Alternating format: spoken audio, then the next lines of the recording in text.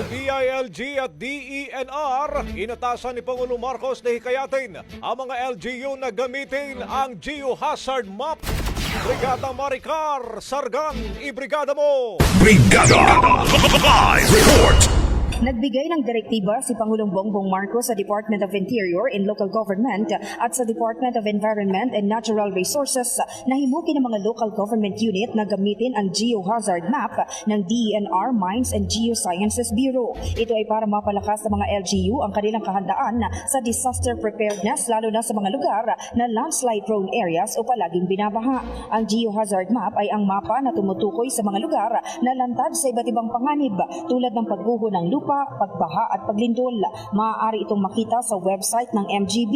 Sa kanyang talumpati sa Mindoro, muling nanawagan si Pangulong Marcos sa publiko na sumunod sa babala ng mga lokal na pamahalaan para sa kanilang kaligtasan, lalo na anya sa mga kinakailangan lumikas kapag panahon ng bagyo. In the heart of changing lives, ito si Brigada Maricar Sargan ng 105.1 Brigada News FM Manila, The Music and News Authority. Bagong Brigada Balita Nationwide.